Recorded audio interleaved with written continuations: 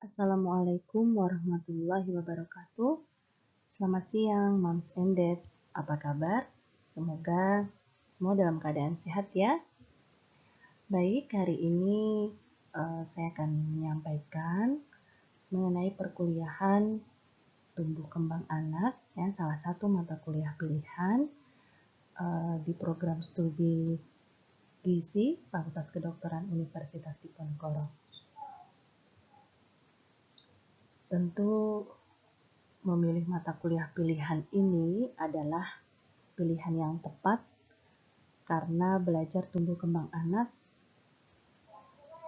tidak hanya bermanfaat untuk kita sebagai orang tua atau calon orang tua yang nantinya dapat kita terapkan sendiri dalam keluarga, tapi tentu bisa sebagai cara kita berbagi ilmu mengenai tumbuh kembang anak untuk membantu mengatasi kesulitan moms and dad di luar sana ya, yang mungkin menghadapi problem dalam tumbuh kembang anak.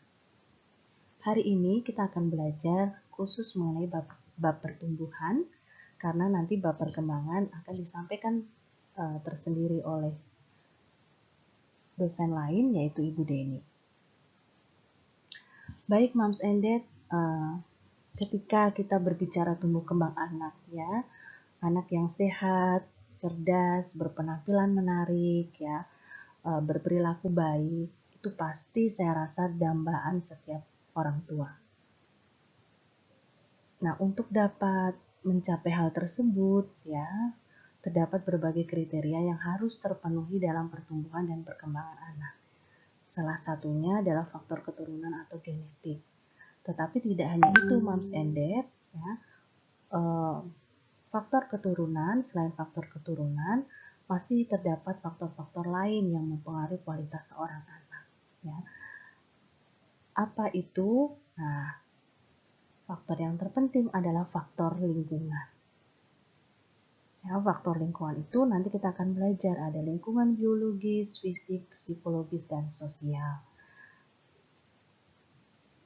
Moms and dad pasti sangat memahami bahwa pemantauan tumbuh kembang anak itu sangat penting dilakukan ya, terutama pada fase golden age ya, fase-fase yang sangat penting agar ketika kita memantau sedini mungkin, jika sampai terjadi deteksi kelainan atau gangguan, maka ini bisa diatasi lebih awal atau lebih dini ya. Harapannya gangguan atau kelainan ini ya bisa ditangani ya sedini mungkin sehingga tidak menimbulkan gangguan-gangguan yang lebih besar ya. Atau memang yang paling bagus adalah pencegahan. Bagaimana meminimalisir atau mencegah terjadinya gangguan atau kelainan tumbuh kembang nantinya. Oleh sebab itu, peran gizi dalam daur kehidupan sebelum anak itu lahir, terutama sebelum kehamilan, karena fase kehidupan anak itu dimulai pada saat fase konsepsi ya, pembuahan, maka sebaiknya gizi pada sebelum konsepsi atau prakonsepsi itu perlu diperhatikan oleh setiap pasangan calon pengantin. Moms and dad, tumbuh kembang sendiri ya, dua arti kata ini ya, atau dua peristiwa ini itu sifatnya sangat berbeda, tetapi tidak bisa dipisahkan karena saling berkaitan. Tidak bisa dipisahkan antara pertumbuhan dan perkembangan. Ya. Tetapi hari ini kita khusus membicarakan pertumbuhan saja. Besok dengan Bu Deni kita bisa belajar bab perkembangan. Kita akan tahu dulu ya definisi. Kita belajar dulu apa itu definisi pertumbuhan.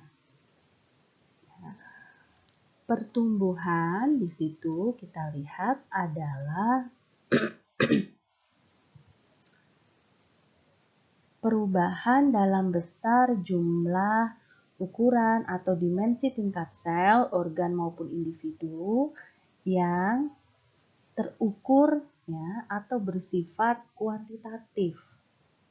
Misalnya adalah ukuran berat dalam gram, pound, kilogram, ukuran panjang, sentimeter atau meter, umur tulang dan keseimbangan metabolik seperti retensi kalsium dan nitrogen tubuh. Sehingga bisa disimpulkan pertumbuhan ini mempunyai dampak terhadap aspek fisik.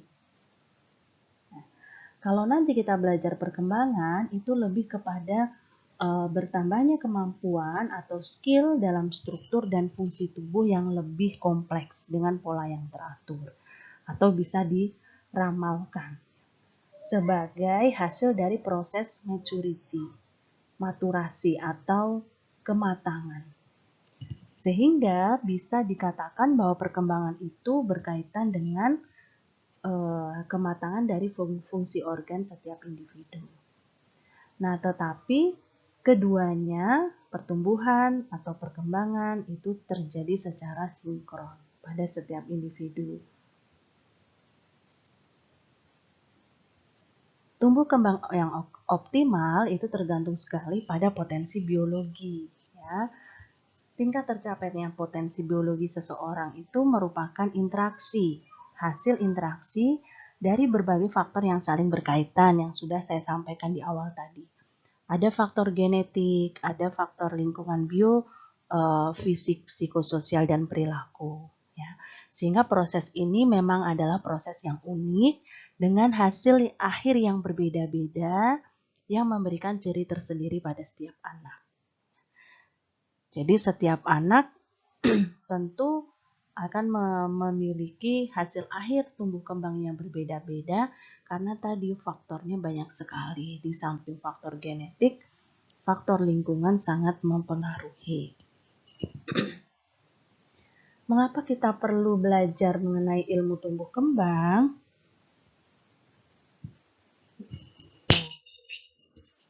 Mempelajari berbagai hal yang berhubungan dengan segala upaya ya, kita untuk menjaga dan mengoptimalkan tumbuh kembang anak ya. Ini adalah salah satu cara yang baik untuk mengetahui apabila ada kelainan tumbuh kembang atau gangguan tumbuh kembang, kemudian kita bisa segera menangani secara efektif dan secara dini, mencari penyebab ya, dan utamanya adalah mencegah keadaan tersebut agar tidak terjadi. Ya, salah satunya tadi dengan memenuhi kebutuhan gizi pada fase sebelum anak itu fase kehidupan anak dimulai, yaitu fase konsepsi. Konsepsi itu adalah pertemuan dari sel sperma dengan sel telur. Nah, karena kita tidak pernah tahu kapan konsepsi itu terjadi, ya, tidak ada tanda-tanda secara khusus yang menunjukkan itu, maka seorang ibu, ya, terutama ibu karena dalam hal ini yang mengandung adalah ibu, meskipun peran calon pasangan yaitu sebagai suami atau ayah juga sangat penting ya untuk menentukan kualitas sperma tadi. Nah, dalam hal ini tadi peran ibu sangat besar karena sebagai rumahnya. Ya, ibu mengandung, nanti menyusui dan lain-lain ya. Jadi rumahnya, pabriknya itu adalah ibu. Sehingga status gizi, status kesehatan ibu sebelum terjadinya konsepsi, ya, berarti sebelum terjadi kehamilan ini harus betul-betul dalam kondisi yang optimal. Nah, kita akan memasuki aspek pertumbuhan.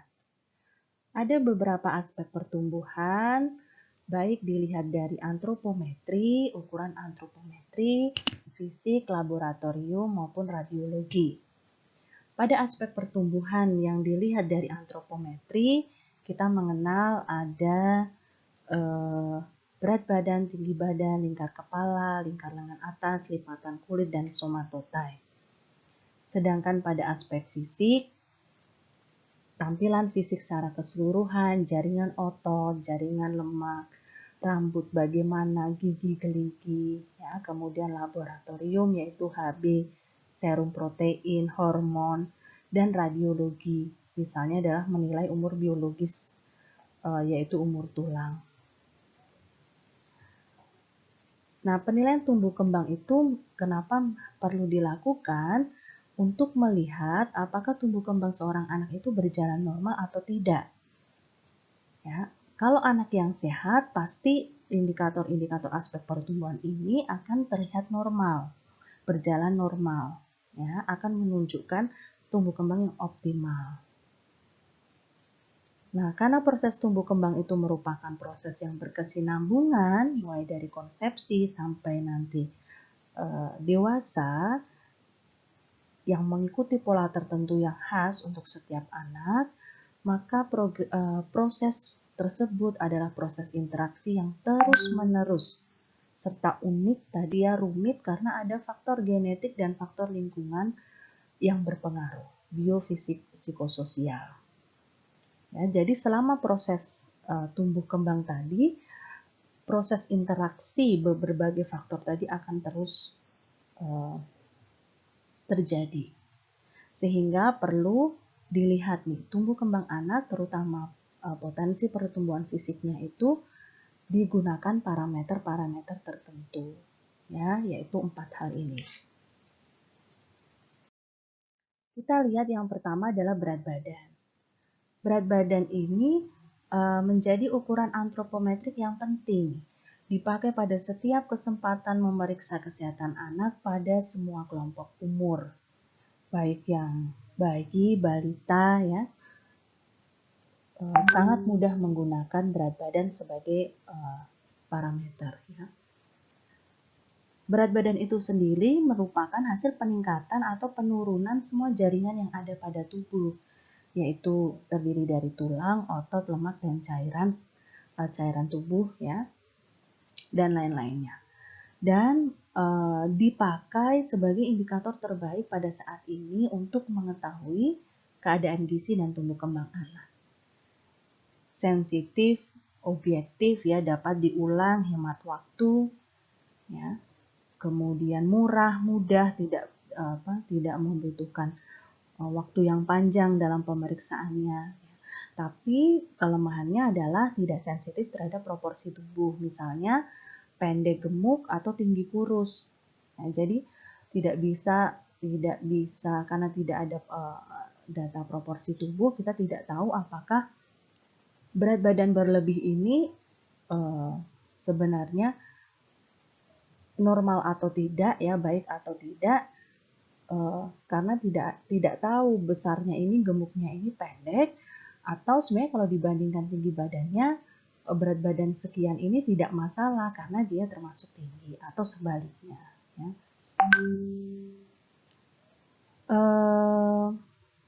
Indikator berat badan dimanfaatkan dalam klinik itu untuk biasanya melihat keadaan gizi yang baik, gizi baik yang akut maupun kronis, ya. Kemudian memonitor keadaan kesehatan, misalnya pengobatan penyakit, atau dasar perhitungan dosis obat yang perlu diberikan. Indikator berikutnya adalah tinggi badan. Ini juga indikator antropometrik kedua yang terpenting. Karena kelebihannya apa? Seperti yang sudah tertulis di sana, ya, objektif, dapat diulang, kemudian indikator yang baik untuk gangguan pertumbuhan fisik. Ya, karena ukuran tinggi badan pada masa pertumbuhan itu akan meningkat terus sampai tinggi badan itu mencapai maksimal. Tetapi bukan berarti grafik tinggi badan itu, pertumbuhan tinggi badan itu akan naik terus, ya, artinya berfluktuasi. Jadi ada di mana tinggi badan itu meningkat pesat pada masa-masa tertentu, misalnya masa bayi, kemudian melambat lagi, dan akan jadi pesat lagi pada saat pacu tumbuh remaja atau growth spurt. Anda sudah belajar dalam gizi daur. Nanti selanjutnya akan melambat lagi dan berhenti pada masa puncaknya dalam tinggi badan, yaitu sekitar 18 sampai 20 tahun.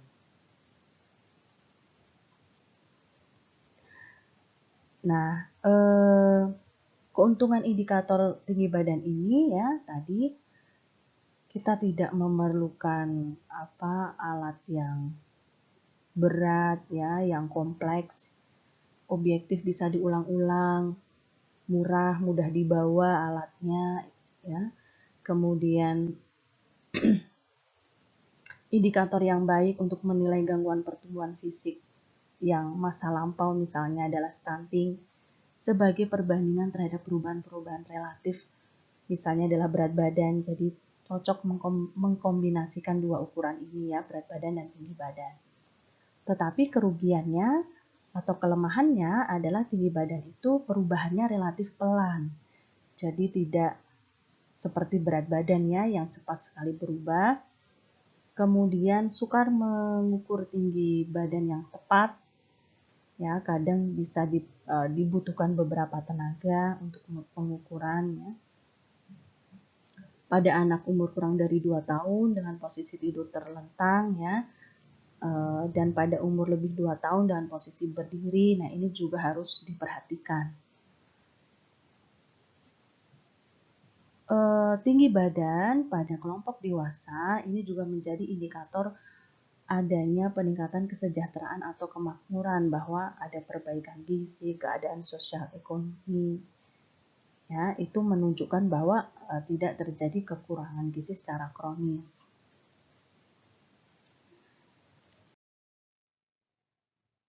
Baik, ukuran berikutnya adalah lingkar kepala. Lingkar kepala mencerminkan volume intrakarnial ya, untuk menaksir pertumbuhan otak yang biasanya dihubungkan dengan fungsi kognitif dari seorang anak ya. Apabila otak tidak tumbuh normal, maka kepala akan kecil atau ukuran lingkar kepala kecil dari normal yang sering kita sebut dengan mikrosefali. Biasanya anak-anak dengan mikrosefali ini akan dihubungkan dengan berbagai gangguan seperti retardasi mental ya.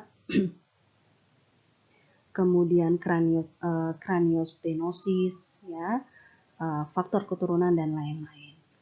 Sedangkan yang besar, ukuran besar, misalnya karena ada penyumbatan aliran cairan cerebrospinal pada hidrosefalus, akan terlihat lingkar kepala ukurannya itu lebih besar dari normal karena terjadi peningkatan volume kepala. Acuan dari lingkar kepala sampai saat ini kita masih menggunakan kurva dari Nilhaus. Nanti Moms and Dad bisa cari di internet ya, banyak sekali. Kita bisa memantau bagaimana ukuran lingkar kepala menurut usia, apakah masih masuk dalam rentang yang normal atau tidak. Pertumbuhan lingkar kepala sendiri paling pesat terjadi pada antara kelahiran sampai 6 bulan pertama.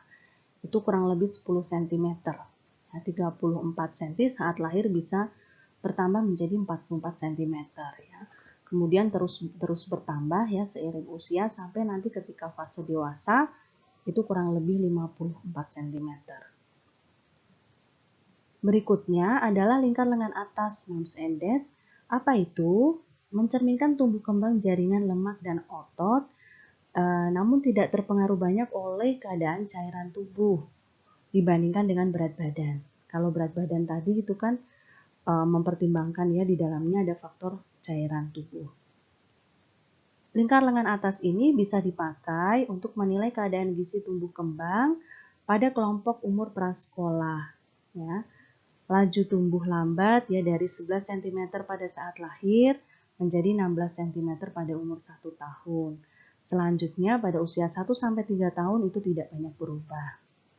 Keuntungannya sendiri alatnya murah, ya, mudah dibawa, cepat, sehingga sering digunakan sebagai indikator atau alat untuk screening. Dapat dilakukan oleh tenaga yang kurang terdidik, ya, jadi tidak harus sarjana yang mengukur lingkar lengan atas ya, tapi dilatih saja itu sudah bisa. Kerugiannya hanya untuk identifikasi anak dengan gangguan gizi atau pertumbuhan yang berat, ya. Kemudian sukar menentukan biasanya ya titik pertengahan lingkar-lingkar atas. Kemudian tidak bisa digunakan untuk semua usia, terutama anak-anak di bawah 1 tahun ya, usia bayi itu misalnya umur 6 bulan ya, itu kurang tepat.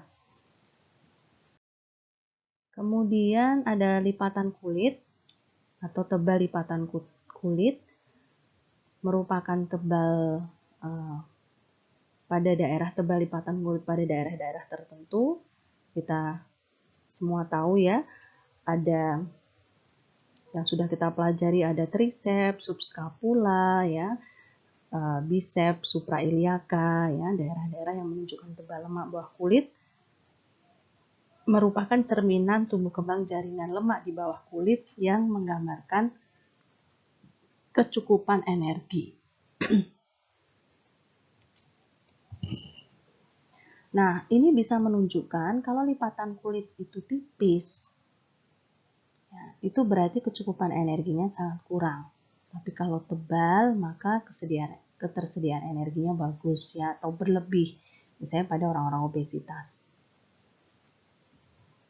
Kemudian ukuran antropometri lain ya, misalnya adalah somatotep yang kita pernah pelajari juga, itu tipe tubuh ya, seseorang bisa dilihat tipe tubuhnya itu dominan mana ya, apakah endomorf dengan jaringan lemak yang lebih banyak, mesomorf atau ektomorf ya, yang kemudian massa ototnya rendah, jaringan lemak rendah. Dan somatotip ini sudah banyak ya penelitian yang menghubungkan kemudian karakter bentuk tubuh ini dengan resiko atau kepekaan terhadap beberapa penyakit degeneratif yang akan terjadi. Untuk pemeriksaan fisik, ya, tadi kita sudah belajar ada keseluruhan tampilan fisik yang bisa kita lihat ya, perbandingan bagian kepala, tubuh, dan anggota. Misalnya kepalanya kok tampilan fisiknya aneh ya, kepala tidak proporsional dengan anggota tubuh lainnya. Kemudian ada ödem atau tidak ya. Jaringan otot bisa kita lihat pada tempat-tempat tertentu seperti lengan atas, pantat, perut ya, paha ya, kemudian betis itu dengan cubitan tebal. Tapi kalau lemak cubitan, kita biasanya gunakan cubitan tipis pada daerah-daerah tadi ya, triceps, subscapula, dan lain-lain. Rambut bisa kita lihat bagaimana warnanya, normal atau tidak ya. Karena anak-anak gizi buruk itu menunjukkan warna yang bukan berarti dia bule ya, atau orang asing. Tapi karena saking kekurangan mikronutrien seperti zinc, warna rambutnya itu seperti jagung. Diameternya tebal tipis, sifatnya ya, akar rambut mudah dicabut atau tidak. Gigi juga seperti itu ya, bisa kita lihat atau kita pantau pertumbuhannya. Kemudian untuk pemeriksaan laboratorium itu bisa melalui kadar Hb untuk mengetahui anemia atau tidak, serum protein, albumin, globulin ya, apakah dia kekurangan protein kronis ya, kekurangan energi protein atau tidak, hormon-hormon misalnya hormon pertumbuhan ya, dan lain-lain.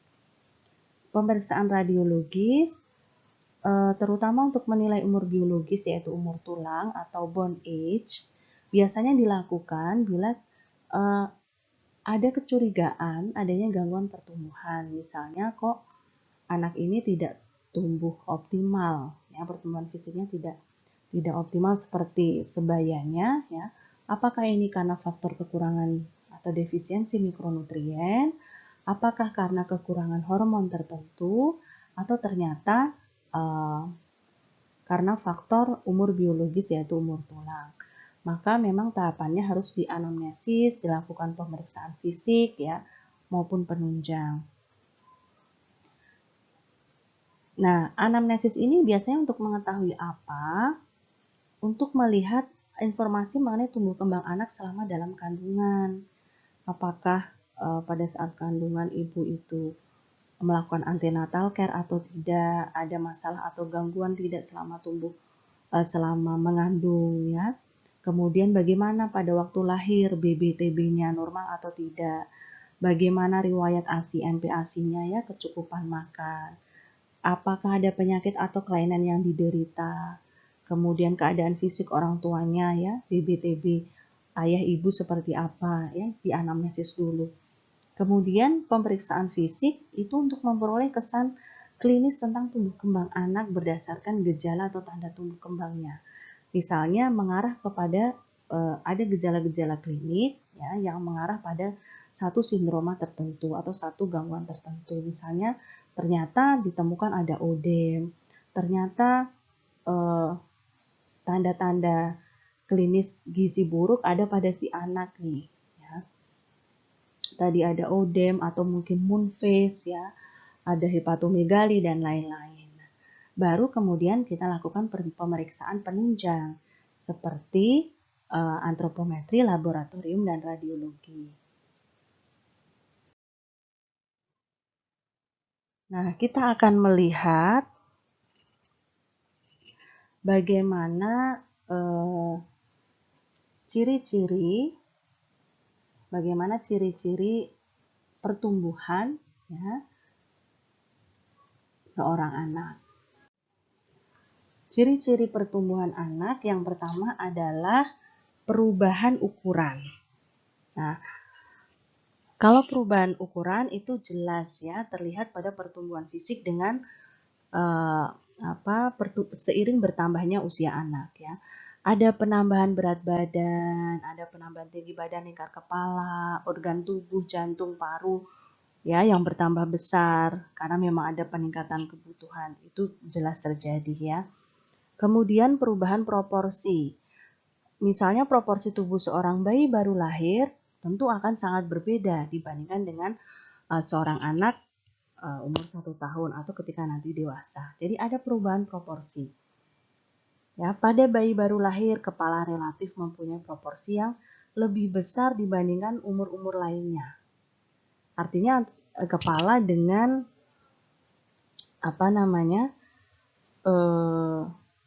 anggota tubuh lainnya ya, itu proporsinya akan berbeda dengan ukuran kepala dan anggota tubuh lainnya saat dia fase anak-anak atau fase dewasa. Ya. Titik pusat tubuh bayi baru lahir kurang lebih setinggi umbilikus, sedangkan pada orang dewasa titik pusat tubuh terdapat kurang lebih setinggi simfisis pubis.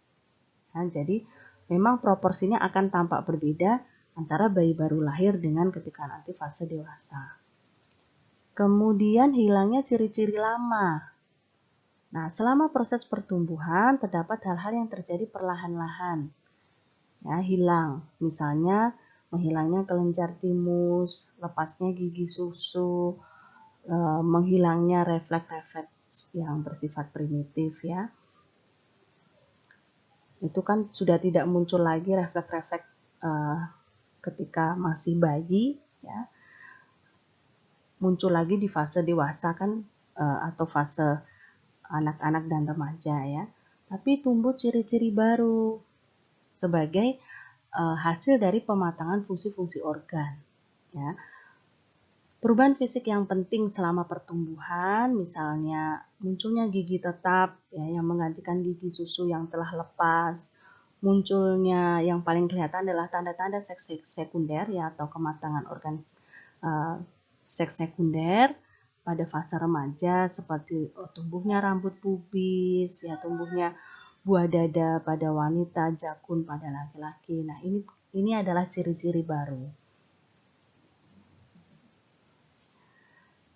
Keunikannya sendiri ya, pertumbuhan itu meskipun polanya ya, setiap organ memiliki pola pertumbuhan yang berbeda-beda, ya, jadi tidak bisa disamakan ya, antara organ satu dengan organ yang lainnya. keunikan berikutnya adalah kecepatan pertumbuhan pada setiap anak itu berbeda-beda. Itu sehingga kenapa hasil akhir tumbuh kembang pada anak-anak itu tidak sama ya, tidak sama antar setiap anak.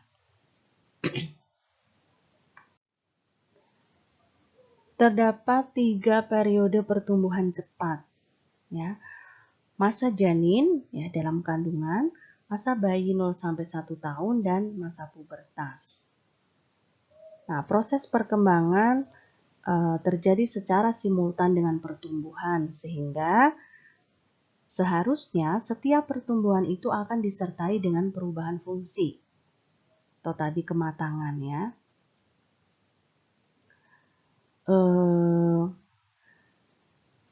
Oleh sebab itu kenapa tumbuh kembang anak karena berlangsung secara teratur, berkesinambungan, dimulai sejak pembuahan sampai dewasa ya.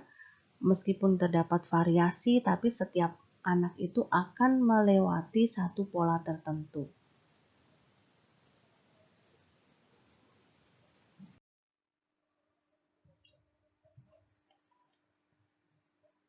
Seperti yang sudah saya sampaikan di awal tadi, ada beberapa faktor yang mempengaruhi tumbuh kembang anak, yaitu faktor genetik dan faktor lingkungan.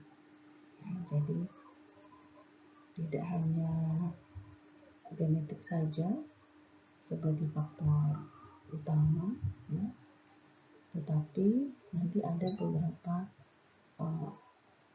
yang termasuk dalam faktor lingkungan, baik sebelum anak itu dilahirkan atau prenatal maupun postnatal atau setelahnya. Kita bahas faktor genetik terlebih dahulu ya. Faktor genetik itu merupakan modal dasar ya dalam mencapai hasil akhir dari proses tumbuh kembang. Tentu faktor genetik itu melalui instruksi genetik yang terkandung di dalam sel telur yang telah dibuahi akan menentukan kualitas dan kuantitas pertumbuhan itu sendiri. Akan membedakan di mana atau berperan di mana faktor genetik itu, misalnya adalah intensitas atau kecepatan pembelahan sel, kemudian usia pubertas, derajat sensitivitas terhadap rangsangan, kemudian berhentinya pertumbuhan tulang, ya, dan lain-lain. Termasuk faktor genetik diantaranya adalah berbagai faktor bawaan yang normal dan patologi, kemudian jenis kelamin, suku, sehingga potensi genetik yang bermutu atau berkualitas itu hendaknya bisa berinteraksi dengan faktor lingkungan, ya, sehingga secara positif akan diperoleh hasil akhir yang optimal. Gangguan pertumbuhan yang biasa terjadi di negara maju itu lebih sering diakibatkan oleh faktor genetik. Berbeda halnya dengan yang terjadi di negara berkembang. Gangguan pertumbuhan selain diakibatkan oleh faktor genetik, itu masih banyak sekali dipengaruhi oleh faktor lingkungan yang kurang memadai. Sehingga baik angka kesakitan maupun angka kematian anak-anak ya, pada sampai dengan usia balita itu terutama di Indonesia masih cukup tinggi. Kemudian, kita lihat apa sih faktor lingkungan. Dalam hal ini kita bagi ya, ada lingkungan biologi, fisik, dan psikososial. Kita mulai ya jadi kalau faktor lingkungan itu menjadi salah satu faktor yang menentukan tercapai atau tidaknya potensi bawaan. Jadi tadi kan kita sudah mempelajari faktor genetik yang menjadi modal dasar. Nah, ada potensi bawaan di sana, ya, tapi itu akan tercapai atau tidak. Misalnya secara genetik bagus, atau kualitasnya, atau bermutu ya. Tetapi ketika nanti anak tidak mendapatkan faktor lingkungan yang baik, yang tidak optimal, maka dia tidak bisa mencapai dari potensi bawaan tersebut. Ya. Tinggi badan ayah, ibu misalnya sudah optimal, tapi karena tidak mendapatkan gizi yang baik, gizi menjadi salah satu faktor lingkungan, maka bisa jadi potensi bawaan itu tidak tercapai, sehingga masih ada kemungkinan resiko anak menjadi pendek meskipun ayah dan ibunya itu tinggi. Oleh sebab itu, lingkungan yang cukup baik itu akan memungkinkan tercapainya potensi bawaan. Sedangkan yang kurang baik itu akan menghambat. Ya. Nanti kita akan belajar mengenai secara garis besar ya faktor lingkungan dimulai dari pranatal dan nanti ada postnatal atau setelah lahir. Kita lihat di prenatal, salah satu contohnya adalah gizi ibu pada waktu hamil. Gizi ibu yang jelek sebelum kehamilan, apalagi saat terjadi kehamilan, ya, akan berpotensi melahirkan bayi berat badan lahir rendah atau lahir mati, ya, atau risiko cacat bawaan. Di samping itu bisa juga menyebabkan hambatan pertumbuhan otak janin ya, anemia pada bayi baru lahir, bayi rentan terhadap infeksi, atau terjadi abortus keguguran. Jadi gizi ibu pada saat hamil, bahkan sebelum hamil atau prakonsepsi, itu sangat mempengaruhi. Kemudian toksin atau zat kimia.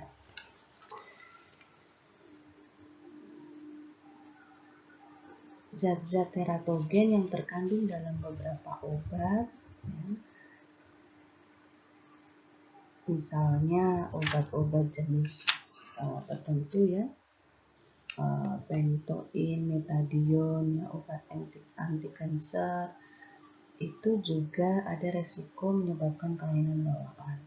Demikian juga ibu yang hamil tapi merokok atau pecandu obat terlarang atau peminum alkohol kronis, ada potensi melahirkan bayi berat badan lahir rendah, lahir mati, cacat atau retardasi mental. Ya. Atau ibu hamil yang keracunan logam-logam berat, misalnya makan ikan yang terkontaminasi merkuri, itu bisa beresiko mikrosefali atau palsi cerebralis ya.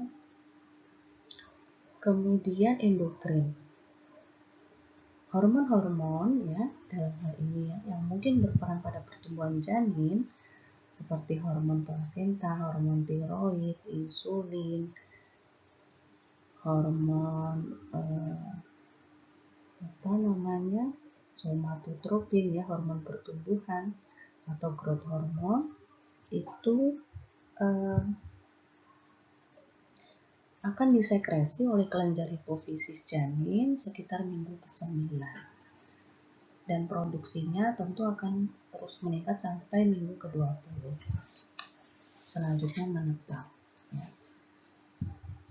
Nah, apabila terjadi gangguan hormon pada hormon-hormon tadi ya, misalnya hormon plasenta seperti human placenta lactogen ya, itu bermasalah, maka sudah pasti nutrisi zat gizi yang diberikan pada bayi melalui plasenta akan terganggu.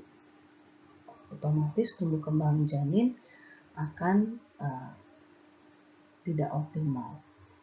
Atau hormon-hormon tiroid ya seperti TSH, thyroid stimulating hormone, thyroid releasing hormone dan lain-lain Kalau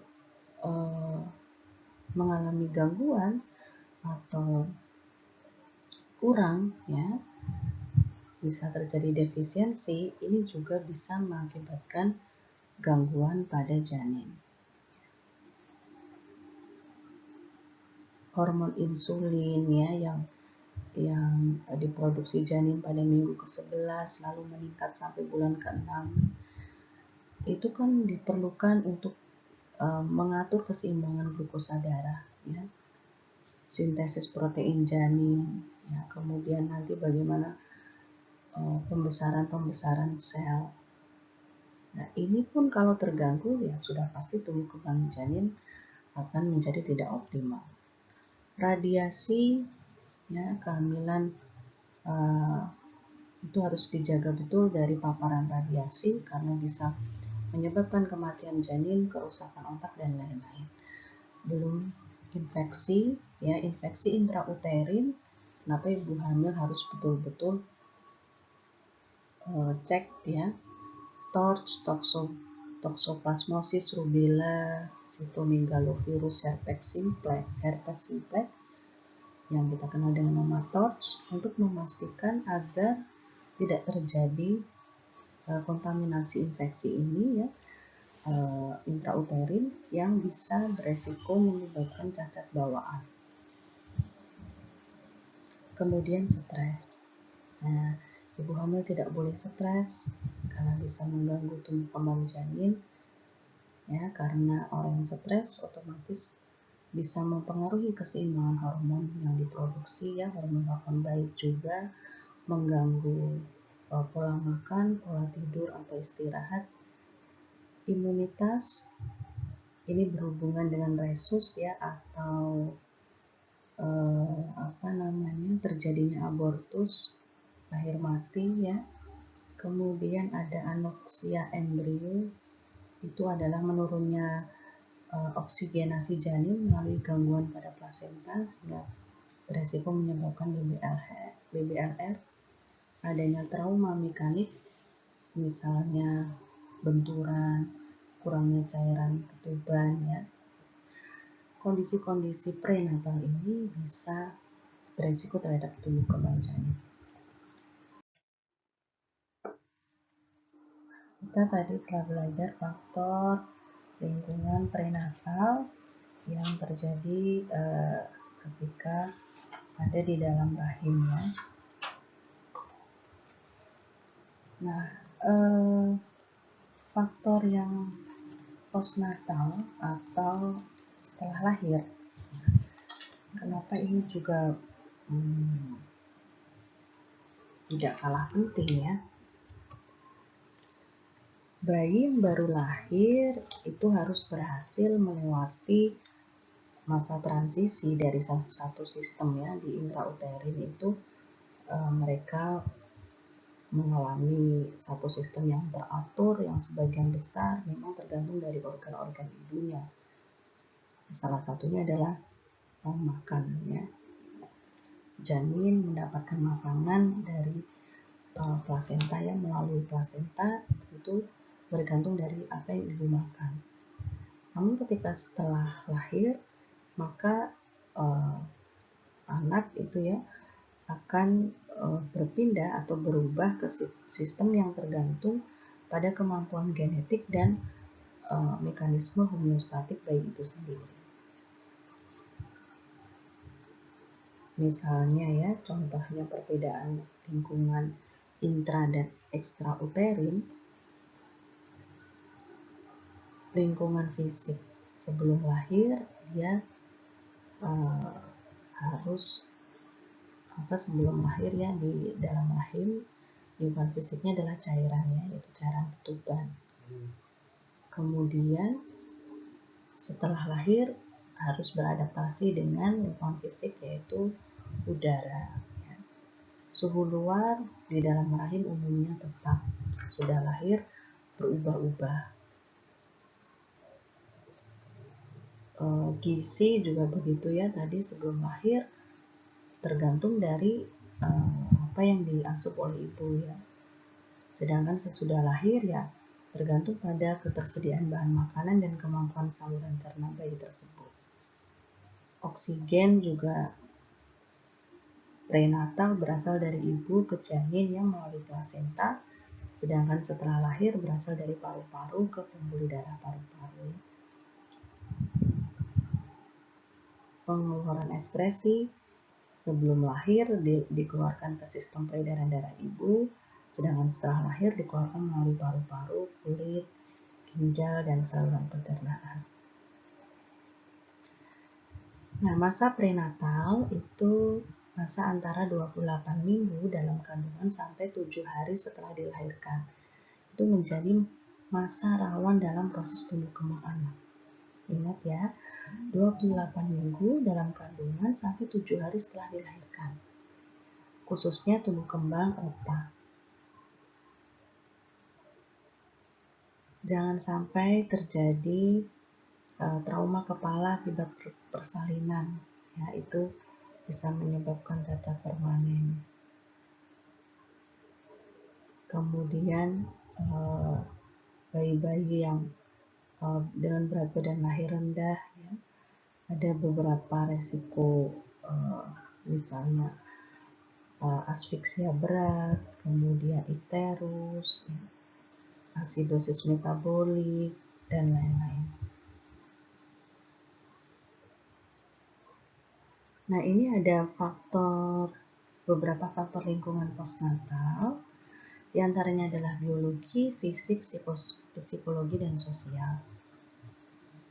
Ya, dalam biologi ada faktor suku, jenis kelamin, usia, asupan, dan lain-lain. Ya, fisik misalnya adalah cuaca, geografis, sanitasi, kondisi rumah, radiasi. Psikologi itu bagaimana stimulasinya, ya, stres, tingkat stres, kualitas cinta dan kasih sayang. Sedangkan sosial, pekerjaan, pendapatan kepala keluarga, pendidikan ayah ibu, jumlah saudaranya banyak atau tidak, ya, adat istiadat, dan lain-lain. Nah, kita lihat di faktor biologi. Misalnya kenapa suku atau ras berpengaruh, ya, salah satu faktor. Tidak bisa dipungkiri bahwa pertumbuhan somatik pada orang-orang dengan bangsa kulit putih atau orang Eropa itu lebih tinggi daripada bangsa Asia. Ya. Meskipun sekarang orang-orang Asia pun sudah dengan faktor lingkungan yang baik, ya, sudah bisa mencapai pertumbuhan atau tinggi badan sama seperti orang-orang Eropa. Tapi secara umum, secara general, memang masih ditemukan seperti itu, ya, bangsa Asia lebih pendek dibandingkan bangsa-bangsa Eropa.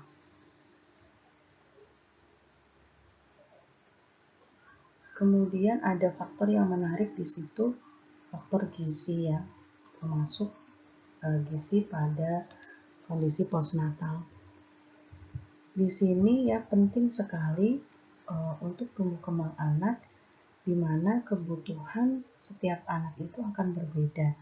Dimulai dari pertama kali anak makan, ya, postnatal itu adalah kebutuhan ASI eksklusif. Apakah betul-betul diberikan ASI eksklusif, bahkan disusui sampai 2 tahun? Bagaimana praktek MPASI-nya? Bagaimana pola makan yang nantinya akan terbentuk pada anak? Itu sangat mempengaruhi tumbuh kembang. Kemudian ada penyakit kronis, ya. Tentu anak yang menderita penyakit menahun akan berdampak atau mengganggu tumbuh kembangnya. Fungsi metabolisme khusus pada anak karena adanya perbedaan yang mendasar dalam proses metabolisme pada berbagai umur, maka kebutuhan akan berbagai zat gizi harus didasarkan pada perhitungan yang tepat, ya, jadi sesuai dengan kebutuhan.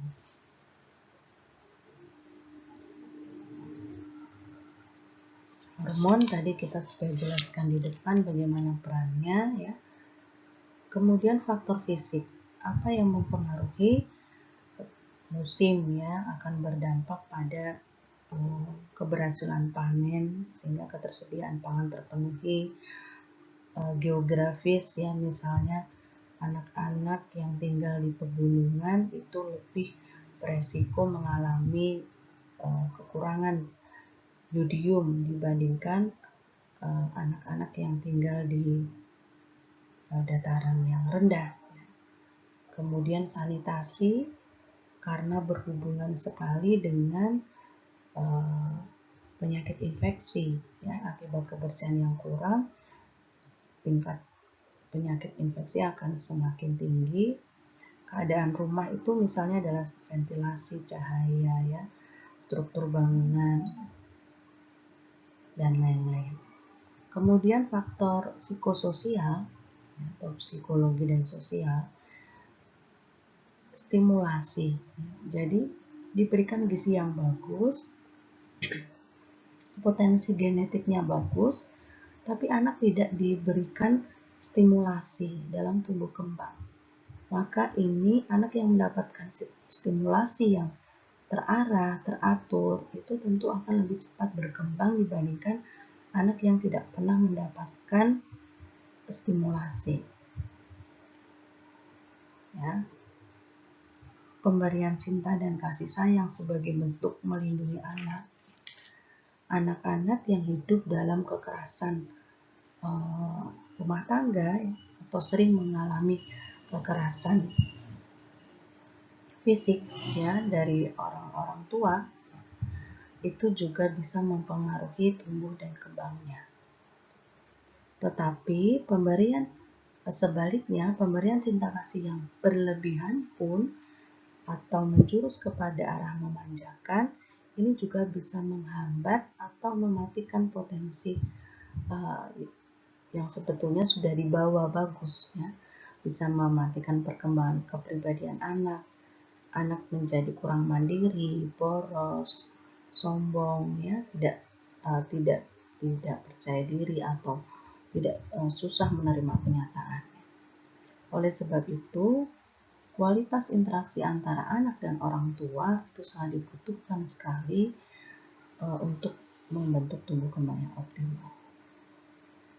Begitu juga dengan faktor sosial ya, pekerjaan, pendidikan ayah, ibu ya, itu sangat mempengaruhi bagaimana pola asuh yang diberikan.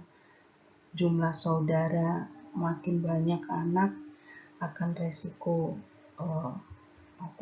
mencukupinya akan lebih berat ya, sandang pangan papannya, kemudian kasih sayangnya,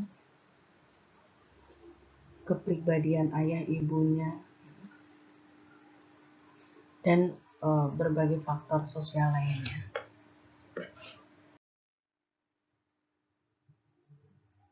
Ini adalah tahapan pertumbuhan dari mulai janin ya dalam kandungan sampai dengan remaja ya. Pengelompokan tahapan pertumbuhan anak ya dikelompokkan dalam berbagai usia. Nah, pada tahap pertumbuhan inilah atau proses ini ya, proses tumbuh kembang anak harus senantiasa diberikan kebutuhan dasar pada anak. Ya. Ada kebutuhan dasar pada anak yaitu asah, asih, asuh. Ya. Asah berarti kita memberikan stimulasi ya, atau pendidikan dan pelatihan pada anak.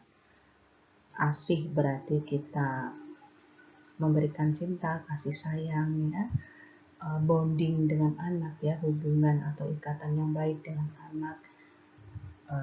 Kemudian basic trust ya, kepercayaan dasar, serta asuh. Asuh itu berarti kebutuhan fisik biomedis ya, pangannya dicukupi, perawatan kesehatan dasar ya, imunisasi, diberikan rumah yang layak, sanitasi lingkungan yang baik, sandang, hiburan, dan lain-lain. Jika kebutuhan dasar tersebut dipenuhi, maka tahapan pertumbuhan ini akan terlewati dengan baik dari mulai janin, kemudian bayi, anak ya, kemudian anak prasekolah, masuk dalam sekolah dasar sampai dengan tahapan remaja.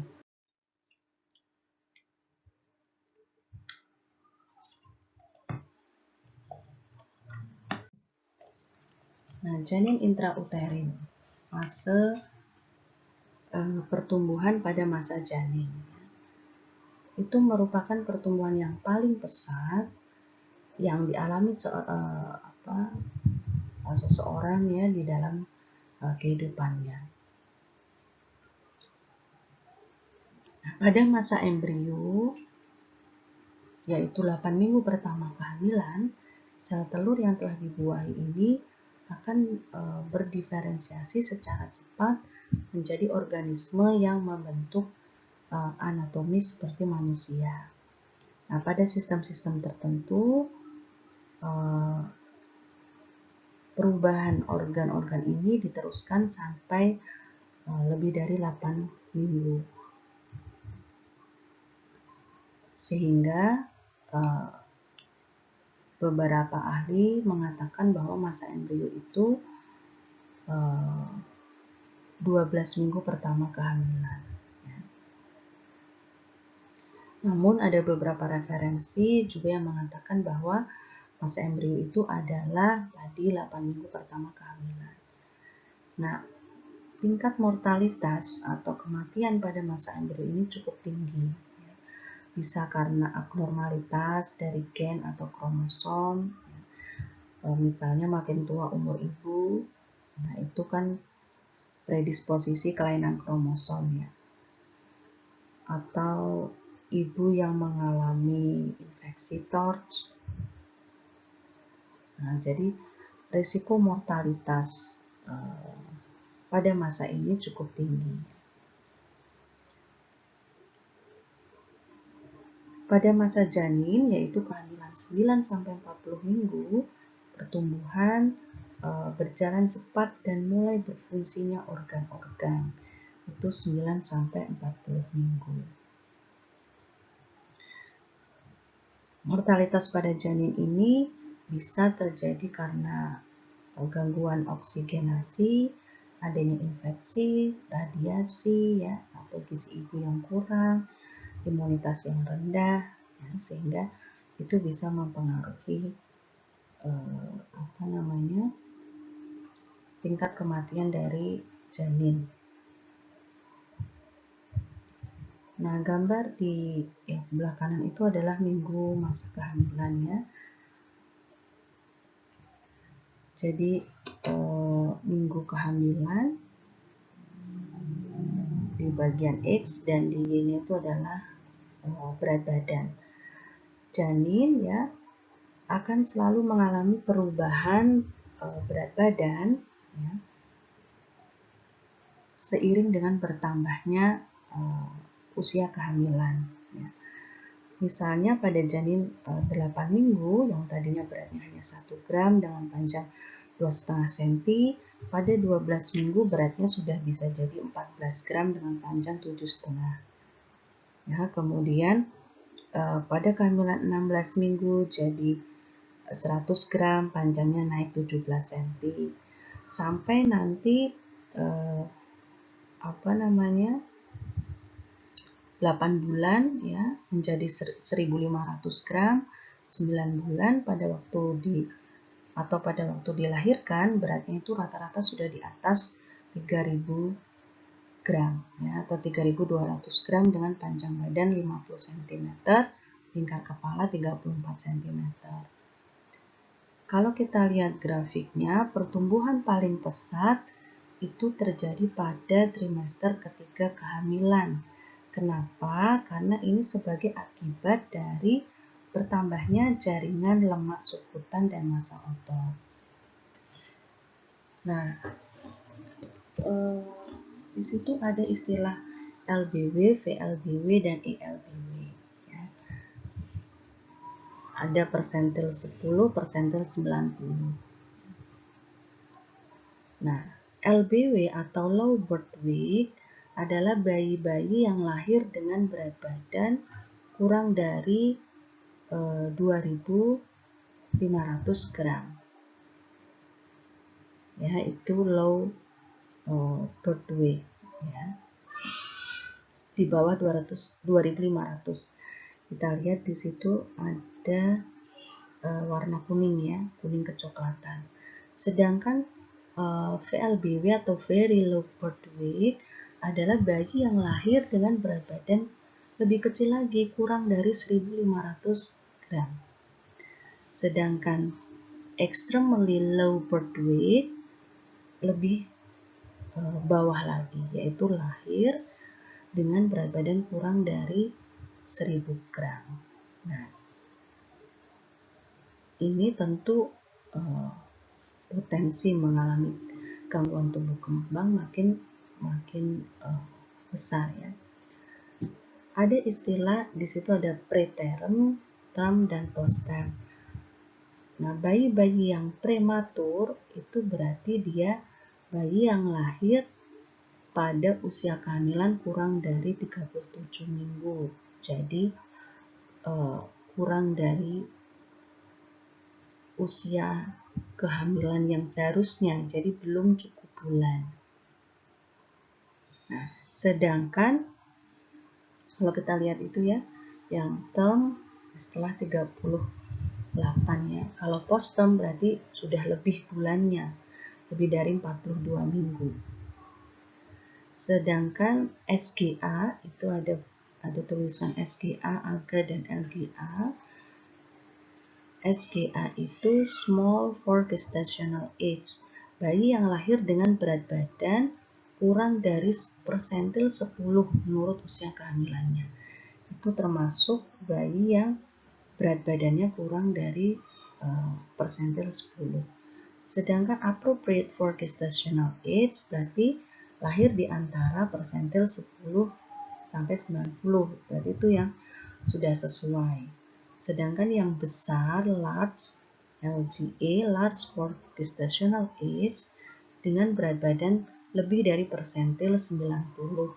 Kalau dilihat itu weight-nya ya bisa lebih dari 3.500 gram. Jadi bayinya besar.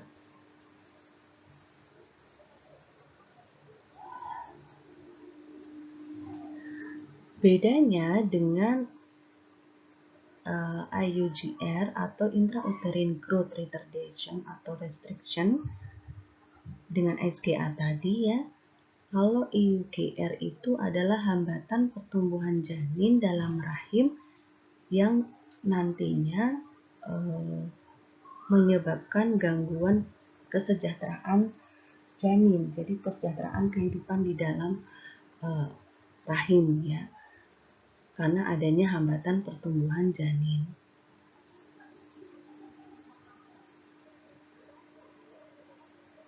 Sedangkan SGA tadi adalah bayi yang lahir dengan berat badan kurang dari 10% menurut usia kehamilannya.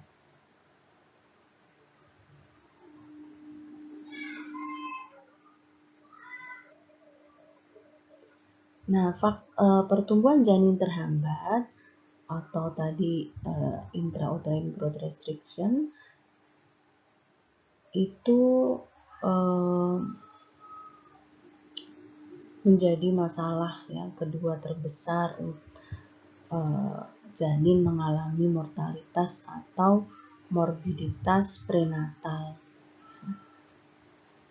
Janin yang mengalami IUGR juga seringkali lahir dengan berat badan yang lebih kecil menurut usia kehamilannya atau SGA. Tapi bisa juga ya, masih ada kemungkinan untuk lahir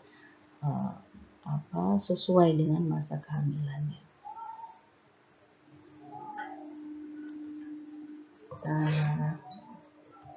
Slide lagi, nanti silakan ditonton video perkembangan sel ini ya, supaya kita tahu perubahan dari mulai embrio ya sampai ke tahap-tahap berikutnya.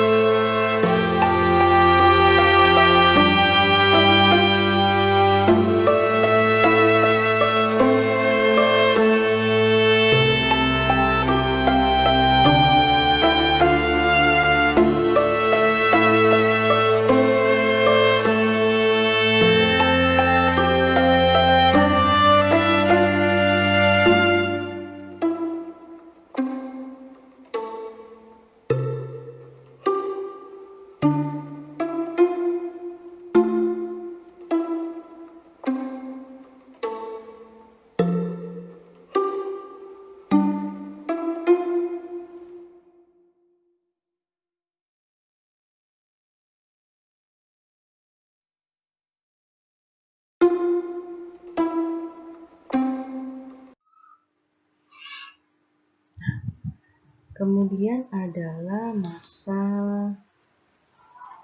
embrio atau sejak pembuahan sampai umur kehamilan 8 minggu.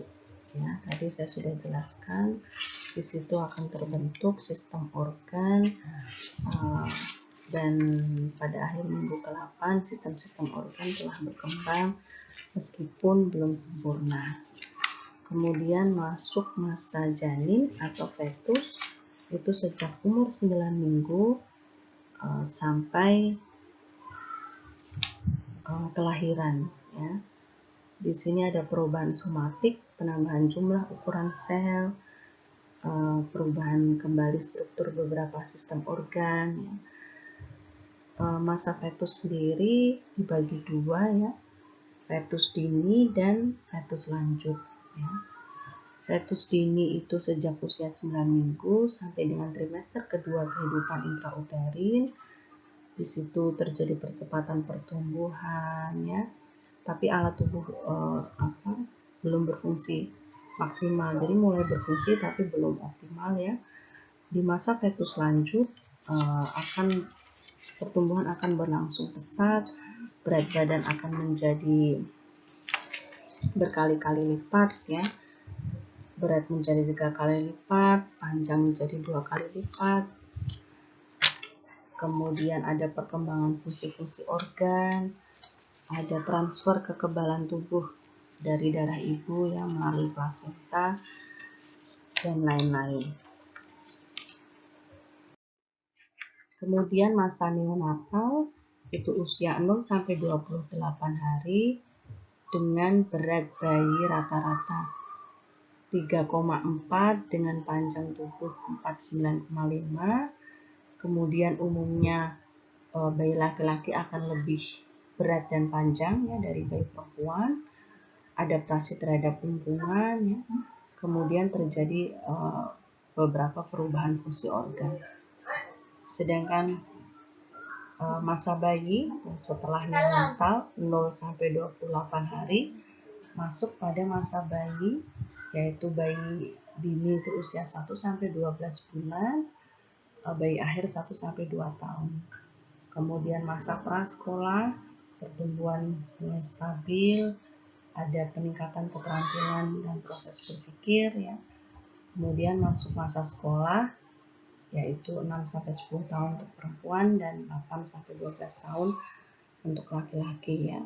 Di sini pertumbuhan lebih cepat, ya, dibandingkan masa prasekolah. Nah, yang menarik adalah masa remaja, ya. Di masa remaja ini atau usia 10-18 tahun untuk perempuan dan laki-laki 12 sampai 20 tahun. Tahap tumbuh kembang anak dan remaja ini, ya, variannya sangat besar. Tapi setiap anak itu akan melalui satu milestone yang merupakan tahapan dari tumbuh kembang, dan tiap-tiap tahap ini mempunyai ciri-ciri tersendiri, ya, tidak bisa disamakan.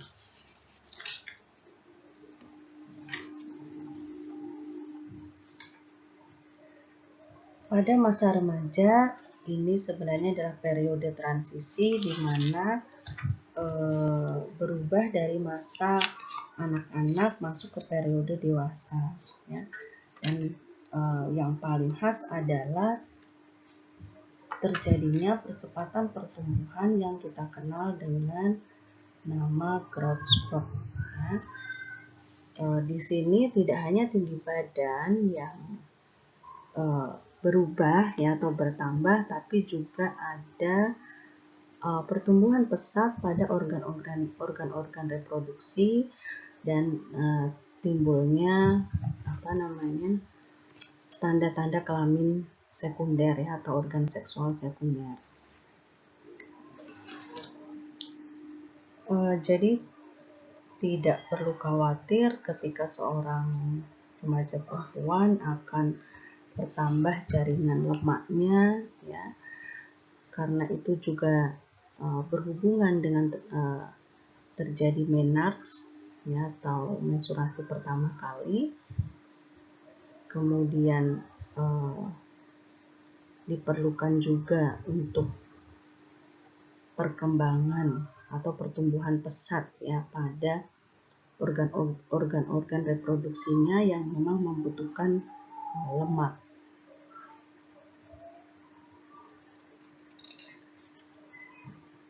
Nah, indikator pada laki-laki biasanya dilihat dari besar penis, kemudian rambut pubis ya, sedangkan pada perempuan adalah munculnya menarche, payudara ya, perubahan payudara dan rambut pubis.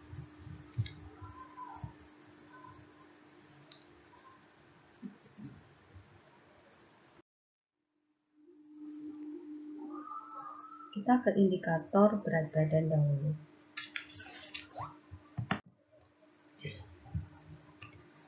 Yang pertama adalah berat badan yang merupakan ukuran antropometri yang terpenting ya.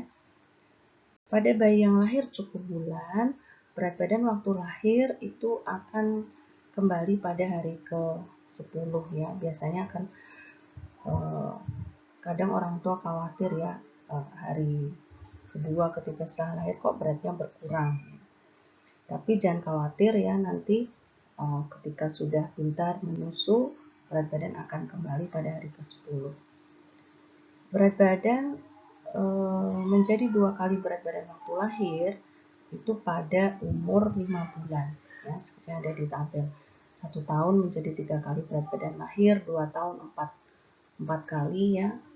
Kemudian pada masa prasekolah ya ada penambahan 2 kg per tahun, dan pada masa pra-adolescence, pra-remaja 3-3,5 kg per tahun.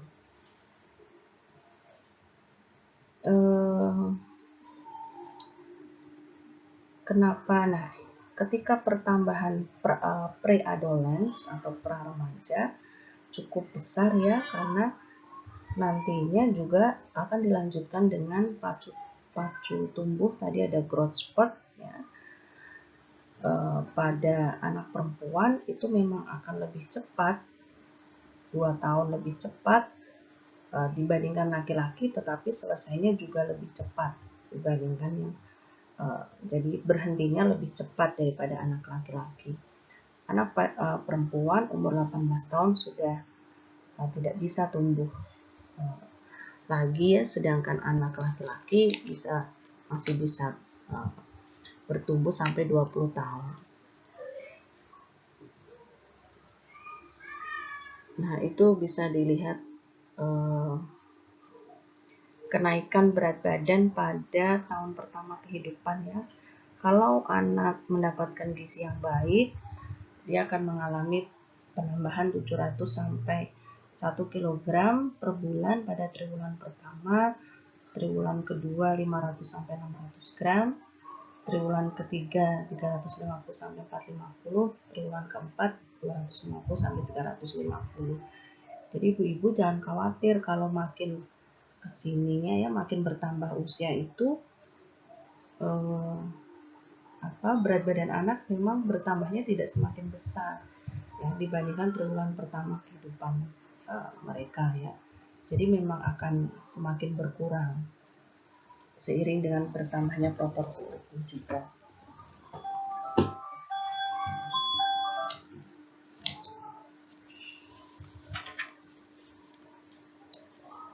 Oke, kemudian kita lanjutkan dengan tinggi badan ya. Perkiraan tinggi badan anak ya, rata-rata pada waktu lahir 50 cm, maka secara garis besar tinggi badan anak bisa diperkirakan 1 tahun itu 1,5 kali tinggi badan lahir, 4 tahun biasanya 2 kali tinggi badan lahir, 6 tahun itu 1,5 dari tinggi badan setahun ya. Kemudian dewasa itu 3,5 kali tinggi badan lahir dikali 2 kali tinggi badan setahun. Atau pada usia 2-12 tahun itu umur ya dikali 6 ditambah 77. Memang kalau dilihat kurva pertumbuhan seseorang itu ya, grafiknya ya meningkat selain pada usia 0 sampai 2 tahun, kemudian 2 sampai 5 tahun ya, akan mengalami pertumbuhan pesat lagi pada periode remaja. Ya. Itu kalau anak perempuan kira-kira pada umur 10,5 tahun ya, mencapai puncaknya kira-kira 12 tahun ya. Anak laki-laki pacu tumbuhnya itu 2 tahun kemudian, yaitu umur 12 tahun ya. Puncaknya bisa sekitar umur 14 tahun. Begitu juga dengan laju pertumbuhannya pada anak laki-laki juga lebih besar ya, 10,3 cm per tahun, kalau perempuan hanya 9 cm per tahun. Sehingga biasanya anak laki-laki bisa jauh lebih tinggi dibandingkan anak perempuan. Rumus prediksi tinggi akhir anak yang dilihat berdasarkan potensi genetik itu juga bisa ditentukan dari prediksi tinggi badan ayah maupun ibu. Ya, jadi kalau anak perempuan ada rumusnya sendiri, anak laki-laki ada. Karena ada rentang ya plus minus 8,5, jadi ada angka terendah dan angka tertinggi ya. Sedangkan kalau dilihat proporsi antara kepala, badan serta anggota gerak, maka akan tampak sekali perbedaan antara janin, anak-anak ya, dan dewasa proporsinya ya. Ketika janin atau usia 2 bulan ya, akan kelihatan yang paling besar itu adalah kepala. Kepalanya tampak besar, memanjang ya, sedangkan ukuran badannya itu ukuran panjang kepala dengan panjang badan itu mungkin hampir sama. Kemudian anggota gerak seperti kaki tangan masih pendek ya.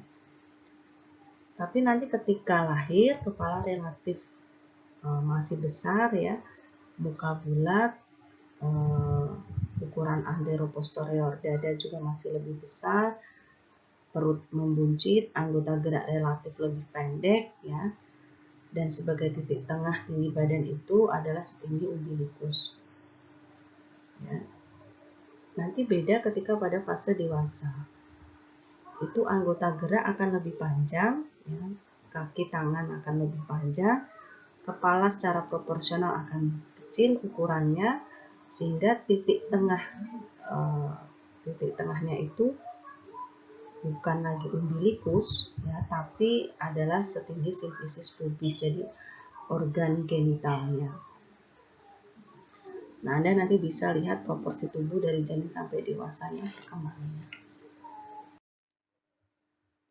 Kemudian, nah ini yang menarik lagi adalah kepala ya, pertumbuhan organ kepala yang menjadi atau berhubungan dengan fungsi kognitif atau pertumbuhan otak ya. Pertumbuhan otak tercepat itu saat trimester ketiga hingga 6 bulan pertama setelah lahir. Kemudian melambat. Nah, pada masa ini terjadi pembelahan sel-sel otak yang pesat, setelah itu pembelahan melambat dan terjadi pembesaran sel-sel otak saja. Kita lihat grafik di situ ya. Yang berwarna kuning, brain grow rapidly, itu grafiknya hampir tegak ya, jadi meningkat tajam pada saat usia kehamilan trimester 3 sampai 2 tahun, tapi paling pesat yaitu pada 6 bulan pertama. Nah, kesempatan ini tidak berulang pada usia-usia berikutnya. Artinya ketika kita mau memaksimalkan fungsi kognitif atau pertumbuhan otak ini, ya harus terjadi pada fase itu, tidak bisa kemudian dicukupi atau dipenuhi pada periode umur selanjutnya. Itu di grafik yang paling atas, yang pertama pada dibagi menjadi intrauterin fase pada saat masih dalam kandungan dan infansi fase. Ya. Maksimum brain growth period di situ. Nah, artinya kecerdasan atau fungsi kognitif kualitas generasi bangsa nantinya sangat dipengaruhi oleh kualitas dia saat berada di dalam kandungan. Karena disitulah kapasitas otak ditentukan. Kapasitas otak manusia ya pada saat dewasa nanti sangat ditentukan pada intrauterin fase ini. Di situ terjadi melanisasi cepat, membutuhkan zat-zat gizi ya, membutuhkan kolesterol juga sebagai bahan mielin dan penambahan untuk pembentukan sel-sel otak. Sehingga kalau terjadi pada gangguan baik jumlah sel yang maupun ukurannya tidak bisa dikejar masa-masa berikutnya, karena kalau kita lihat ya setelah 2 tahun yang meningkat tapi tidak menukik tajam, tidak meningkat tajamnya, tidak secara pesat, brain growth slowly ya. Bahkan turunnya setelah setelah usia-usia golden period itu pertumbuhan otak tidak terjadi secara pesat. Kalau kita lihat dari ukuran lingkar kepala,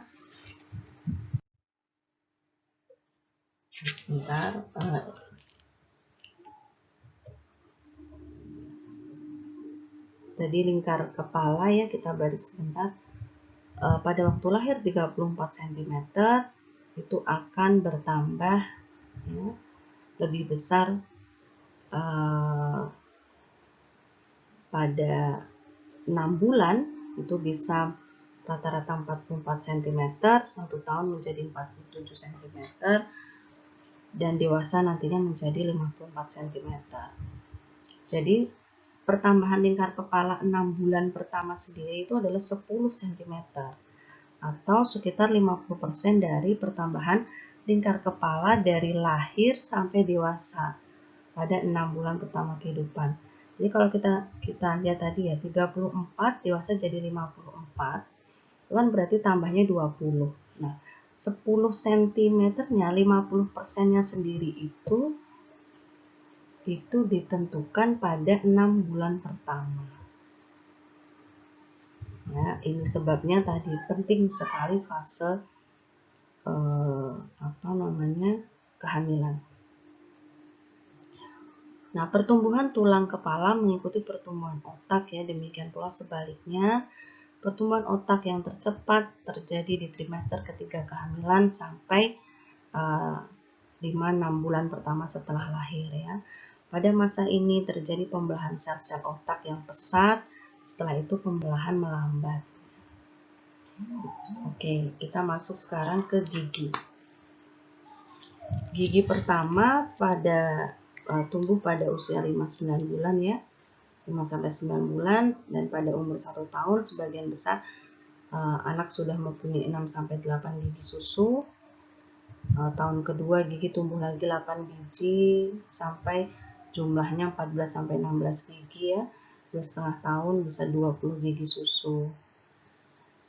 Kemudian jaringan lemak. Nah, ini juga menarik lagi. Selain otot-otot, jaringan lemak ini juga menentukan ukuran dan bentuk tubuh seseorang. Kita lihat lagi di grafik jaringan lemak ini antara laki-laki dan perempuan. Pertambahan jumlah sel lemak meningkat pada trimester 3 kehamilan sampai pertengahan masa bayi. Ya, jadi trimester 3 kehamilan sampai pertengahan masa bayi itu pertambahan jumlah sel lemak besar. Setelah itu jumlah sel lemak tidak banyak bertambah. Nah, besaran sel lemak tadi, banyak dan besarnya ini akan menentukan seseorang gemuk atau kurus. Pertumbuhan jaringan lemak melambat sampai anak berumur itu, kalau kita lihat grafiknya 6 tahun. Grafiknya turun ya. Anak kelihatan biasanya pada usia ini kelihatan kurus ya, lebih kurus, lebih langsing ya. Akan bertambah lagi pada anak perempuan, kita lihat grafiknya itu mulai naik yang perempuan ya.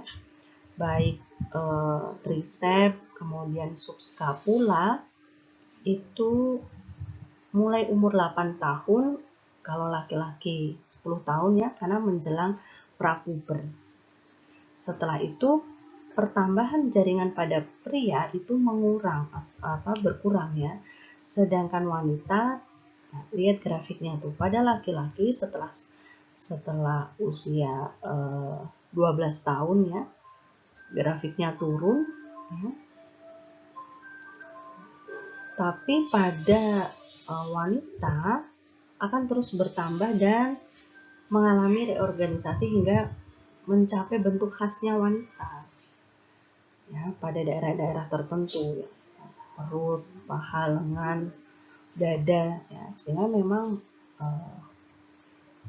ada fungsi tertentu di situ, jadi tidak perlu resah gelisah ya. Jaringan lemak pada anak-anak perempuan di sini ya, terutama ketika sudah mendapatkan pubertas, grafiknya memang secara alami akan naik. Jadi tidak perlu risau ketika beratnya bertambah atau mulai berisi ya. Nah, sayangnya kan pada usia remaja itu akan muncul body image. Nah, dia merasa gendut, pada sebetulnya perubahan-perubahan ini memang diperlukan untuk menunjang tadi tugas dari pertumbuhan organ seksual sekunder atau organ reproduksinya dalam rangka menyiapkan menjadi calon ibu. Kemudian, nah, ada pertumbuhan pola-pola tertentu, ya. Pola-pola tertentu pertumbuhan organ-organ tubuh ya secara umum itu ada 4 pola: pola umum, pola neural, pola limfoid, dan pola genital. Jadi ada general pattern, brain and heat pattern, lymphoid pattern, dan reproductive pattern. Pola umum atau general pattern itu masa janin dan bayi terjadi percepatan, lajunya kemudian melambat, masa remajanya terjadi percepatan lagi ya. Misalnya adalah tulang panjang, otot skeletal ya. Itu akan berat ya, misalnya berat badan itu akan berubah, bertambah ya dari neonatus sampai setelah dewasa. Sistem pencernaan, peredaran darah, volume darah itu mengikuti pola umum. Tapi ada juga yang pola neural, itu misalnya pertumbuhan sistem syaraf mendahului ya atau lebih cepat daripada organ lain. Itu adalah pola yang neural. Perkembangan otak bersama tulang tengkorak, yang mata, telinga itu berlangsung lebih dini. Ya, berat otak waktu lahir 25% berat otak dewasa, pada 2 tahun menjadi 75%, umur 10 tahun itu 95% berat otak dewasa. Kemudian pola limfoid ya, atau jaringan limfoid tumbuh sangat cepat, hampir mendekati ukuran dewasa di akhir usia 10 tahun, kemudian laju pertumbuhannya berkurang. Nah, memang pada pertumbuhan jaringan limfoid ini agak beda dengan bagian tubuh lain ya. Jadi pertumbuhan maksimum itu sebelum adolescence, kemudian menurun hingga mencapai ukuran dewasa. Kemudian pola genital atau organ-organ reproduksi dalam hal ini ya, itu mengikuti pola yang genital. Pertumbuhannya lambat ya sebelum remaja, kemudian disusul pacu tumbuh yang pesat itu saat remaja. Jadi ada beberapa tipe pola pertumbuhan ya yang memang berbeda-beda pada setiap organ. Nah, ini contohnya ya. Anda bisa melihat grafiknya dari masing-masing pola pertumbuhan ya. Pola limfoid akan menurun setelah usia 12-13 tahun, tapi sebaliknya pola reproduktif atau genital justru meningkat pada usia 12-13 tahun untuk perempuannya, laki-laki 14 tahun.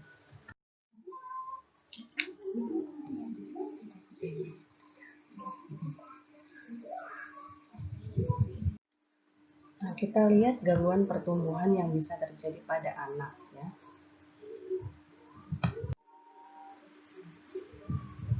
Oke. Ada beberapa gangguan pertumbuhan ya. Misalnya dalam mikrosefali, itu keadaan ketika ukuran kepala anak ya di bawah 2 SD atau di bawah rata-rata dari usia dan jenis kelamin, sehingga mencerminkan pertumbuhan otak bayi. Ada makrosefali justru besar ya, keadaan ketika ukuran kepala lebih dari 2 standar deviasi di atas rata-rata berdasarkan usia dan jenis kelamin. Kemudian obesitas pada anak, di mana terjadi penimbunan lemak yang berlebih dari yang diperlukan, dari yang dibutuhkan untuk fungsi tubuh yang normal. Bisa ditandai dengan BB atau BB per TB-nya lebih dari 2 SD. Bentuk lainnya adalah pendek, bisa dilihat dari BB per U atau TB per U. Gagal tumbuh atau growth faltering, itu terjadi keterlambatan pertumbuhan fisik pada bayi atau anak, di mana terjadi kegagalan penambahan berat badan sesuai dengan grafik ya, yang harusnya normal dibandingkan dengan tinggi badannya. Gagal tumbuh itu bukan satu diagnosis, tetapi gejala dari beberapa penyakit atau gangguannya, tanda ya, yang bisa kita lihat. Adanya gangguan asupan makan, gangguan absorpsi makan, bisa dilihat salah satu tanda khasnya adalah gagal tumbuh. Kemudian kreatin, sindrom yang disebabkan karena kekurangan yodium atau hormon tiroid yang terjadi di saat kehamilan. Sudah bisa terjadi, kekurangan itu tidak terjadi pada fase postnatal saja, tapi sudah bisa dimulai dari fase kehamilan yang beresiko menjadi spektrumnya adalah gangguan yodium, spektrumnya kreatin. KIP atau kurang energi protein secara kronis ya, bisa dalam bentuk kwashiorkor atau marasmus yang sudah pernah kita pelajari, atau gangguan-gangguan lain, misalnya gangguan penglihatan ya, kematangan visual terlambat, gangguan refraksi, rabun jauh, rabun dekat, buta warna, killing, kebutaan ya, gangguan pendengaran, bisa tuli konduksi atau tuli sensorineural karena gangguan syaraf ya, atau tuli bawaan. Kemudian gangguan-gangguan seperti ini seharusnya dicegah dan dihindari oleh para orang tua dengan melakukan pemantauan pertumbuhan ya. Proses pertumbuhan ini kan tadi banyak sekali dinilai dengan pemeriksaan autometri ya. Itu hal yang paling mudah untuk memantau pertumbuhan apakah sesuai kurvanya atau tidak. Nah, kalau terjadi penyimpangan dari arah kurva yang normal, sebagai orang tua kita bisa tahu apakah anak ini mengalami sakit ya, atau gangguan hormonal, atau terjadi gizi kurang, sehingga kita bisa memantau pertumbuhan itu dari beberapa indikator yang sudah dijelaskan di depan tadi: berat badan, tinggi badan, tingkat kepala, lipatan kulit ya, tingkat lengan atas. Kemudian hasil pengukuran antropometri itu diplot di dalam kurva pertumbuhan yang kita kenal seperti KMS, kartu menuju sehat ya, atau standar antropometri lainnya seperti kurva MCHS dan lain-lain. Ini adalah interpretasi indeks antropometri yang bisa kita gunakan sebagai acuan ambang batas menurut berbagai indikator atau indeks ya, berat badan menurut usia, panjang badan menurut usia, berat badan menurut panjang badan atau tinggi badan, indeks massa tubuh menurut usia. Hal apa yang seharusnya kita ketahui ya dalam KMS atau kartu menuju sehat yang menjadi instrumen pemantauan tumbuh kembang anak yang sampai saat ini digunakan di Indonesia ya, sebagai alat untuk mencatat dan mengamati pertumbuhan kesehatan anak yang sangat mudah dan bisa dilakukan oleh ibu. Jadi saya tidak hanya petugas kesehatan saja, ibu pun yang teredukasi dengan baik ya itu bisa menginterpretasi, memantau ya bagaimana kondisi dari masing-masing anak. Tentu ketika dibawa ke posyandu itu juga ada nilai-nilai positif lainnya ya, tidak hanya memonitor pertumbuhan tapi juga mendapatkan edukasi konseling ya atau makanan tambahan. Pertumbuhan dikatakan normal apabila kan grafik berat badannya itu berada pada jalur yang berwarna hijau pada PMS atau sedikit di atasnya. Nah, kita lihat PMS-nya laki-laki perempuan berbeda. Kalau normal pasti grafiknya itu akan berada pada jalur hijau atau tadi sedikit di atasnya. Kemudian arah grafik harus naik dan sejajar mengikuti kelengkungan jalur kurva berwarna hijau. Jadi lengkungannya, kita lihat lengkungannya itu kalau sudah sejajar itu ya mengikuti ya, maka bisa dikatakan normal ya, pertumbuhan anak. Tapi kalau mengalami penyimpangan itu kalau dia berada di atas warna hijau atau berada di bawah jalur hijau, apalagi kalau sampai ke jalur merah. Nah, ya, dikatakan naik, nah itu ada 5 arah garis pertumbuhan dalam KMS ya. N1 tumbuh kejar atau catch up growth, arah garis pertumbuhan itu melebihi arah garis baku, sedangkan jadi berat N1 itu berat badannya bertambah mengikuti salah satu pita warna ya. N2 tumbuh normal, arah garis pertumbuhan sejajar atau berhimpit dengan arah garis baku. Kalau catch up kan berarti dia naik sekali ya, jadi melebihi garis bakunya. Tapi kalau N2 tumbuh normal dia sejajar atau berhimpit dengan arah garis baku. Berat badan bertambah ke pita warna yang berwarna lebih tua atau pita warna di atasnya. Sedangkan dikatakan tidak naik, growth faltering, kalau arah garis pertumbuhan itu kurang dari arah garis baku atau pertumbuhan kurang dari yang diharapkan. Nah, tidak naik itu tidak harus kurang dari atau di bawahnya. Flat saja arah garis pertumbuhan datar atau berat badan tetap itu juga dikatakan tidak naik dan ini juga masalah. Nah, jadi jangan kira kalau masih di dalam pita hijau tapi flat itu tidak apa-apa, bukan. Justru kalau yang flat itu arah garis pertumbuhan datar, berat badan tetap, ya tidak mengikuti kelengkungan garis, ini juga bahaya. Atau yang T3 loss of growth, jadi arah garis pertumbuhan itu menurun dari arah garis baku. Berat badannya bertambah tetapi pindah pita ke berwarna yang lebih muda. Nah, jadi seolah-olah bertambah tapi nggak mengikuti jalur pita atau kelengkungan tadi. Justru malah turun pita. Nah, itu juga hati-hati. Ini adalah instrumen yang bisa kita gunakan juga ya untuk memantau untuk perempuan. Kemudian ini untuk laki-laki. Deteksi dini gangguan tentu menjadi upaya filter yang dilakukan secara komprehensif untuk menemukan penyimpangan tumbuh kembang anak dan mengenal serta mengetahui faktor resikonya ya. Yang bagus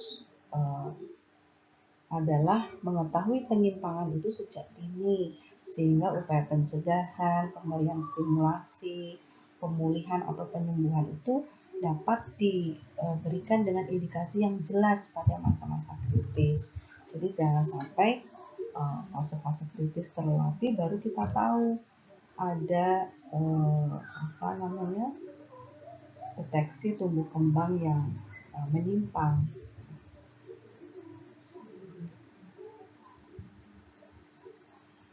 Nah, penilaian pertumbuhan dan perkembangan apabila dilakukan sedini mungkin sejak anak dilahirkan,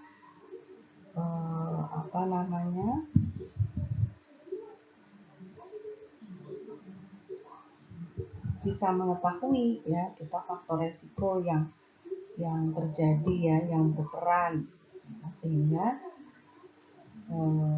orang tua dapat mengupayakan untuk melakukan pengobatan ya pemulihan atau melakukan pencegahan.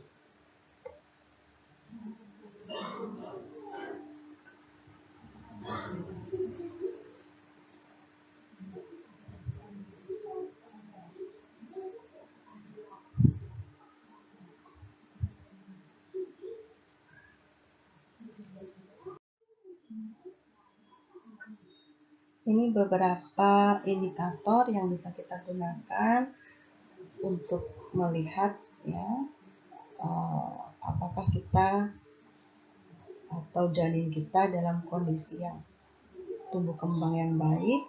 Pada masa prakonsepsi kita bisa lihat seorang ibu apakah beresiko kek atau tidak, anemia atau tidak, berat badannya kurang atau tidak ya. Kemudian pada masa janin bisa tes darah, USG ya atau MRI untuk melihat perkembangan janin ya, terjadi gangguan atau tidak, kelainan atau tidak. Kemudian pada saat neonatal kita hitung Apgar score, kita lihat berat lahirnya seperti apa, kelahirannya prematur atau tidak. Setelah postnatal kita pantau berat badan, tinggi badan, tingkat lengan atas dan tingkat kepala seperti yang sudah dijelaskan tadi. Kalau hal-hal ini kita persiapkan ya, kita lakukan dengan baik, maka sebetulnya kita telah melakukan tindakan untuk mencegah terjadinya gangguan tumbuh kembang sedini mungkin. Baik, terima kasih sekali atas waktu yang telah diberikan. Apabila ada pertanyaan dan dapat menuliskan di dalam kolom komentar ya atau menuliskan langsung di dalam grup WhatsApp atau Microsoft Teams.